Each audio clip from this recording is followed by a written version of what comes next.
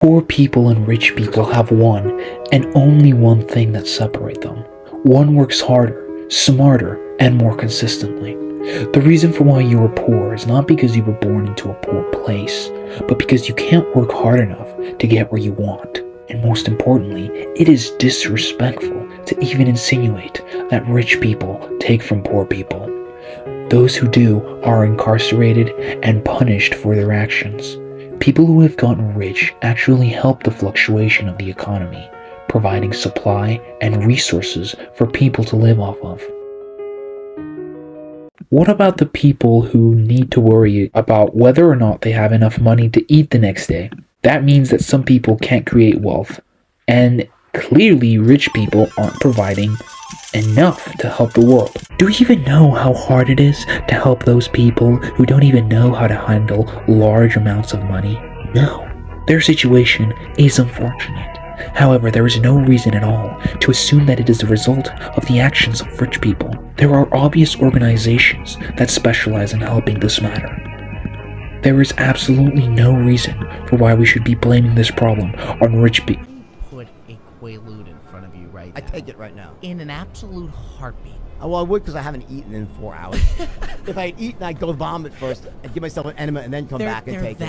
They're that fucking... Well, first off, he scammed large investors that could afford to lose money. Next, thanks to the law, he paid $110 million. I literally couldn't care less about a pump and dump schemer who got rich inflating Steve Madden stock. No, I am talking about these companies. I present to you Archer Daniels Midland Company, Bunge, Cargill, and Lewis Dreyfus, the Grainspot whales, Moby Dicks, titans that control up to 70 to 90% of the world's grain prices. Are they in jail? No. Okay, so make a case. If what you're going to tell me is really that bad, then the law should be against them, no? Also no. Though their actions have literally killed millions, they technically committed zero crimes in the eyes of the law. All these companies, they all bought billions worth of Grainspot commodities during 2020. Food prices were increasing in demand as there was a drastic decrease in supply. These companies made record-breaking profits, nearly $165 billion, as food prices rose higher than 20%. So good for them. They got filthy rich. However, according to The Guardian, it is estimated that nearly 210 million people have now been warmly introduced to food insecurity.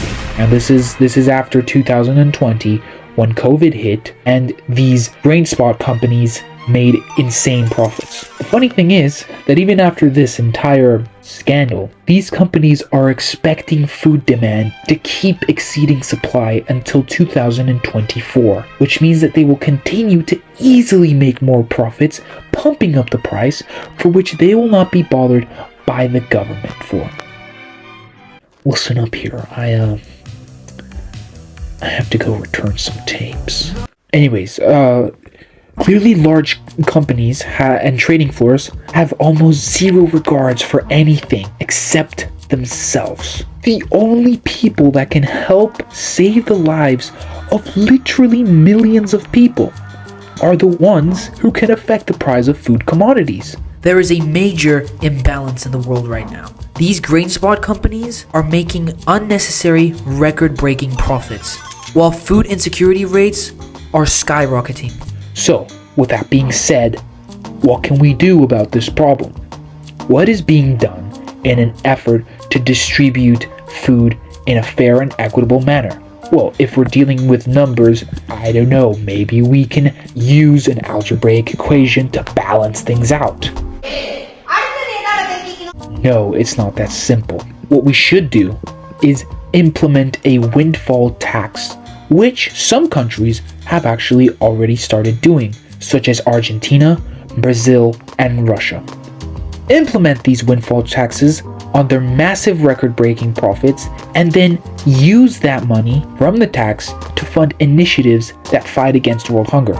international organizations such as the United Nations and the International Monetary Fund should get involved, as these organizations have in mind to help and create a more balanced world economy by encouraging countries to cooperate, share resources, and promote economic growth and stability, for which the ABCD did nothing of.